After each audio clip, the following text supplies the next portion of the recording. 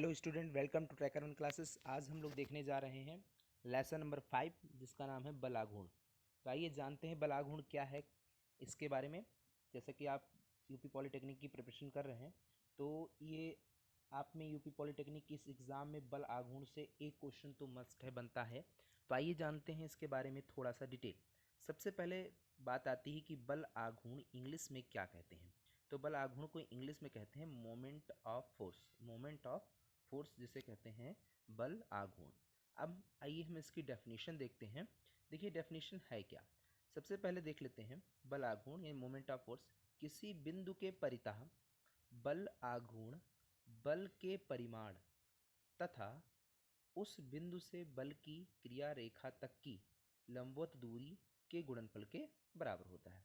कहने का मतलब, जैसे मान लीजिए ये ऑब्जेक्ट है, आप यहाँ पर देख पा रहे हैं, एक हमने चित्र छोटा सा बनाया है। इसको देखिए, ये मान लीजिए कोई एक रॉड है जो यहाँ पर लगा हुआ है और ये इसके चारों ओर घूम सकता है।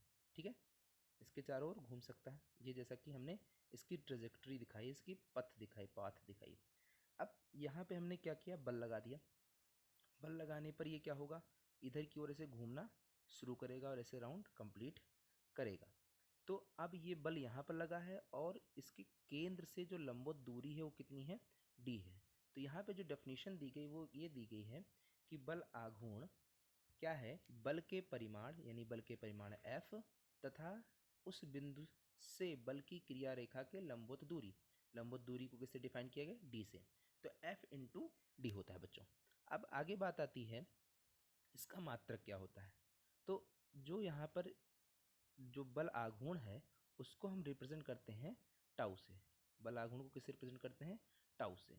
टाउ बराबर F इंटू डी, यानी अगर हम यहाँ पर देखें तो टाउ बराबर बल गुणे दूरी, बल का मात्रक न्यूटन इंटू मीटर।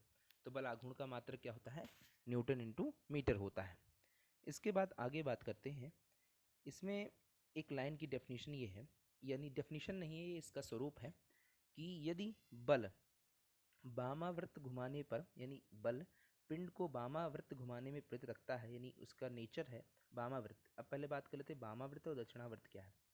अगर आप घड़ी को देखें तो घड़ी इस तरीके से रोटेट करती है, तो इसको बोलते हैं दक्षिणावर्त। घड़ी की दिशा किस किस वर्त में होती है, दक्षिणावर्त होती है। ठीक, और जो घड़ी के अपोजिट सेंस में मूव कर रहा है उसे हम कहेंगे वामावर्त।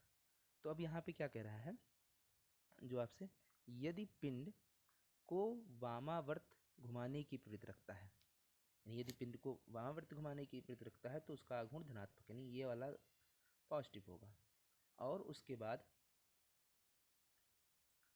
बाद जो कहना चाह रहा है इसको हटा देते हैं। उसके बाद यहाँ पर देखिए, यदि वह पिंड को किस डायरेक्शन में, दक्षिणावर्त घुमाने की, यानी यदि पिंड को दक्षिणावर्त घुमाने की प्रवृत्ति रखता है तो क्या हो जाएगा, दक्षिणावर्त घुमाने की प्रवृत्ति रखता है तो वह ऋणात्मक हो जाएगा।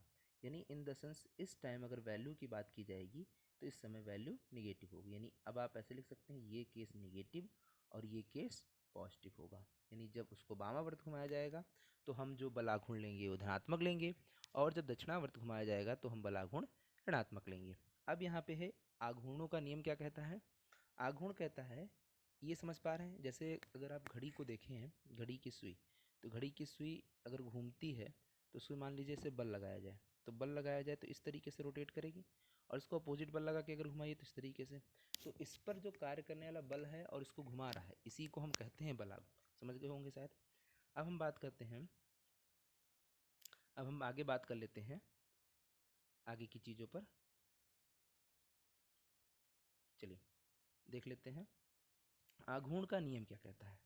तो आघूर्ण का नियम ये कहता है कि पिंड के संतुलन की अवस्था में किसी बिंदु के परितः सभी बल आघूर्णों का बीजगणितीय योग शून्य होता है। जैसे मान लीजिए कि कोई पिंड संतुलन की अवस्था में है और उसमें क्या हो रहा है, ये मान लीजिए कोई यहाँ से फंसा हुआ पिंड है और इस पर क्या है, इधर की ओर भी बल कार्य कर रहा है, इधर की ओर भी बल कार्य कर रहा है।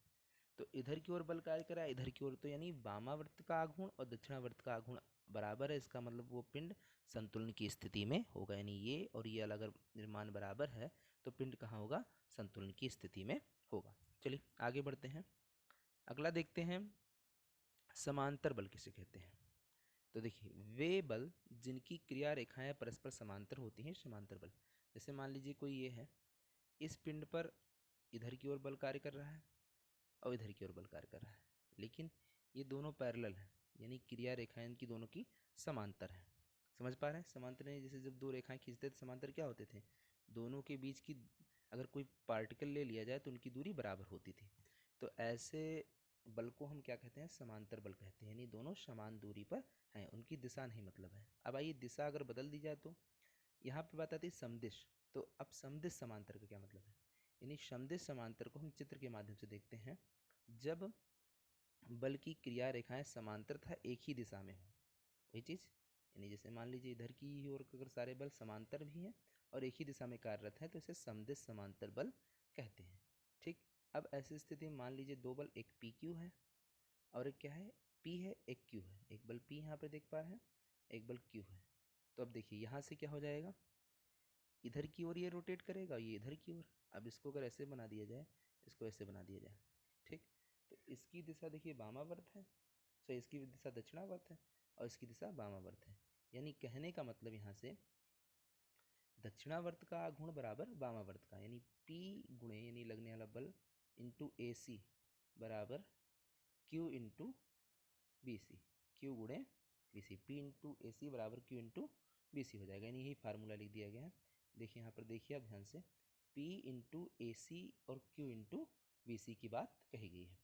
अब आइए अदिश समांतर क्या होगा, तो यहाँ पर क्या है, वही चीज़ बिल्कुल सेम प्रॉपर्टी, बल तो समांतर होंगे, देखिए बल बल क्या है, समांतर है, पर इनकी दिशाएं विपरीत होंगी। और समदिश में समांतर हैं लेकिन दिशा समान होगी, और अदिश में क्या होगा, बल समांतर होंगे लेकिन दिशा विपरीत होगी। यहाँ पे भी वही फार्मूला क्या हो जाएगा, P, ध्यान से देखिए, P इंटू से अगर मान लीजिए यहाँ पे इस तरीके से बल बनाया गया है, देखिएगा जैसे मान लीजिए कि ये रेखा है, एक बल यहाँ कार्य कर रहा है, एक बल यहाँ कार्य कर रहा है, तो इसका परिणामी यहाँ पर निकाल रहे हैं, इसका परिणामी यहाँ पर R, ठीक।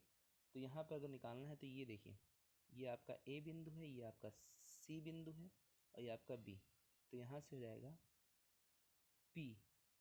P इंटू ए सी, ये दूरी क्या है AC, और Q यहाँ पर ये Q वाला बल है, तो Q इंटू बी सी, ठीक है। अब आइए आगे बढ़ते हैं, समदिश समांतर और आप दोनों चीज़ सीख गए होंगे, समदिश समांतर और अदिश समांतर। अब बात कर लेते हैं थोड़ा सा बलयुग्म के बारे में। बलयुग्म थोड़ा सा यहाँ चित्र आप समझिए, बलयुग्म क्या होता है, कपल इसे इंग्लिश में कहते हैं। देखिए क्या है, जब दो बराबर बल दो